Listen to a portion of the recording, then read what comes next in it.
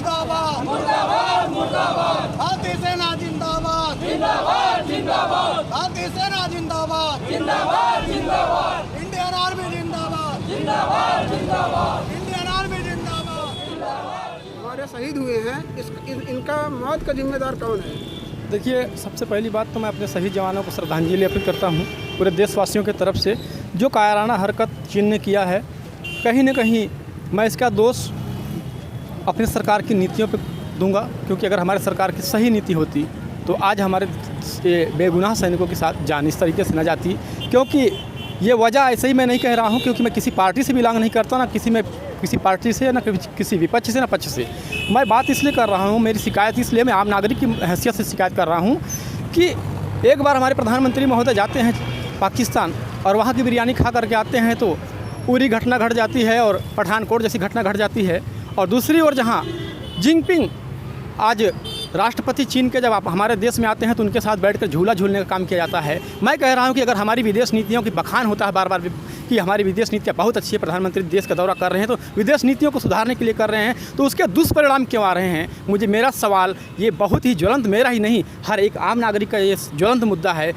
इसको सरकार को जवाब देना होगा। बाकी जब कार्रवाई करना, हम तो हमारे अंदर तो खून खौल रहा है कि हमें अगर ज़रूरत पड़ जाए, हमें सरकार आदेश दे दे तो हम असलहे लेकर के, राइफल लेकर के हम चीन के छाती पर जाकर सीने में गोली दागने का काम करेंगे। हम सबसे पहली शिकायत हमारे देश की प्रधानमंत्री और हमारे देश की घटिया नीतियों से है। ऐसा नीति क्यों अपनाई जाती है कि हमारे देश के जवान शहीद होते हैं? वही साथ ही साथ हमारे देश की जो मीडिया है, बिकाऊ मीडिया मैं इसको कहूँगा, जब एक तरफ हमारे देश के सैनिक जब किसी को शहीद मारते हैं, आतंकवादियों को मारते हैं या किसी पाकिस्तान की सेना को मारते हैं, तो शहादत का सारा उनका जीत का सारा श्रेय प्रधानमंत्री को जाता है कि उन्होंने 56 इंच का सीना दिखाया। लेकिन जब हमारे 20 सैनिक शहीद होते हैं तो ये मीडिया हमारे ही सैनिकों के ऊपर सवाल उठाने का काम करती है। मैंने कल टीवी पर देखा कि एक प्रवक्ता बोल रही थी, एक एंकर बोल रही थी कि ये नीतियाँ, इसको जवाब सरकार से नहीं पूछना चाहिए बल्कि ये उससे क्या बोलते हैं, सेना से पूछना चाहिए। तो ऐसे ही दोहरा मापदंड, ऐसी दोहरे चरित्र की ये मीडिया भी जो आज की है, मैं उसकी शिकायत मेरी मीडिया से भी है कि कम से कम सही को सही और गलत को गलत दिखाए।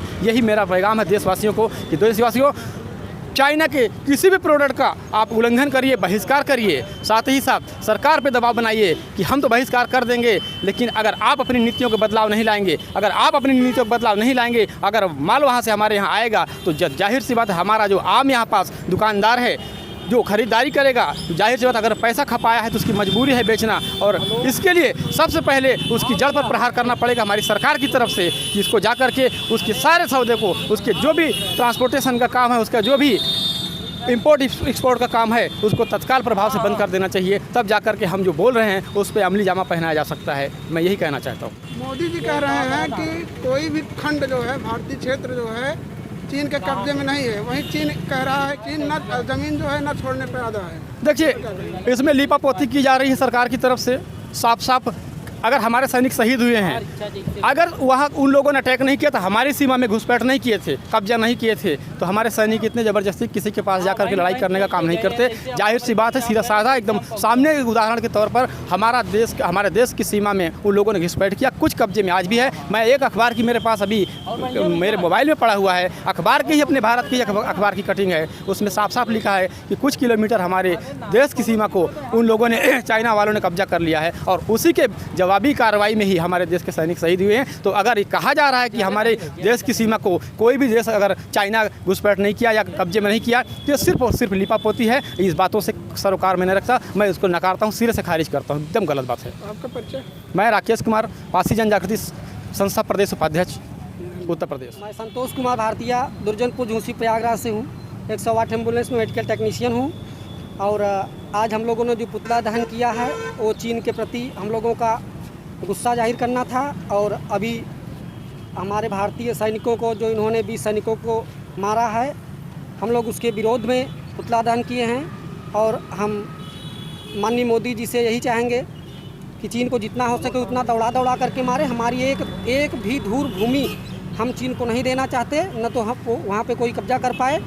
और जितने भी हमसे हो सकेगा मदद हम भारतवासी देने के लिए तैयार है। मोदी जी हमारे प्रधानमंत्री जी हैं और मैं उनसे आग्रह करता हूं कि जो है कि चीन को सबक सिखाए, तभी हमारे 20 जवानों के जो शहीद हुए हैं सच्ची श्रद्धांजलि तभी होगी। और मैं भारतवर्ष के नागरिकों से यह एक अपील करना चाहता हूँ, एक निवेदन करता हूँ कि जितने भी चीन के जो सामान हम लोग इस्तेमाल करते हैं उसको आप बहिष्कार किया जाए। हम कभी भी चीन के सामान का इस्तेमाल नहीं करेंगे। आज मैं यह शपथ लेता हूँ और भारतवासियों से भी मैं ऐसा अपेक्षा रखता हूँ कि चीन के किसी भी सामान का इस्तेमाल न करें और अपने राष्ट्र में जो सामान बनता है उसी का इस्तेमाल करें। 15 जून को लद्दाख की गलवान घाटी पे चाइनीज़ सेना के द्वारा धोखे से भारतीय सेना के ऊपर हमला करके उन्हें शहीद किया गया, उसके विरोध में, चाइना के विरोध में हम लोग यहाँ पे चीन के राष्ट्रपति शी जिनपिंग का पुतला दहन किए हैं। साथ ही हम मोदी सरकार की जो कि केंद्र में सत्ता पे है उसका हम विरोध भी करते हैं, उसकी गलत नीतियों का विरोध करते हैं कि मोदी जी की गलत नीतियों की वजह से आज भारतीय सेना जो कि विश्व में बहादुर सेना मानी जाती है और कई लड़ाइयाँ उन्होंने जीता है। 1947, 1965, 1971, 1999 की कारगिल युद्ध में उन्होंने विजय पताका फहराया है।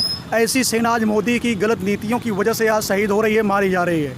आज ये वही मोदी सरकार है जो मनमोहन सिंह के सत्ता में रहते हुए कहती थी कि समस्या सरहद पे नहीं है बल्कि केंद्र दिल्ली में है, केंद्र की बैठी सरकार में है। आज उस मोदी सरकार को क्या सांप सूख गया है? क्या आज जो है ये अपनी गलतियों को सेना के ऊपर क्यों थोपना चाहती है? आज मोदी के दलाल पत्रकार जो कि एक श्वेता सिंह है, वो जब सर्जिकल स्ट्राइक होता है तो उसका श्रेय मोदी सरकार को देती है और जब सेना शहीद होती है तो उसका जो है श्रेय मोदी सरकार को न देकर के सेना के ऊपर आरोप मचती है। साथ ही राजनाथ सिंह जो कि मंत्री हैं, केंद्रीय मंत्री हैं भाजपा सरकार के, उनका मैं 25 अक्टूबर 2013 का एक गंतव्य बताना चाहूँगा, जिन्होंने मनमोहन सरकार में बोला था कि अगर भाजपा की सरकार होती तो आज चीन को उसकी औकात में ला देते। आज भाजपा की सरकार वास्तव में है केंद्र में, अब क्या हो गया है? चीन को क्यों औकात नहीं ला पा रही है? ये अपनी दोगली बातें बंद करके सीधे भारतीय सेना को खुली छूट दे चाइना के ऊपर कार्रवाई करने के लिए। बाकी पूरे देश को भारतीय सेना के ऊपर पूरा फक्र है, उनकी ताकत पे सबको भरोसा है।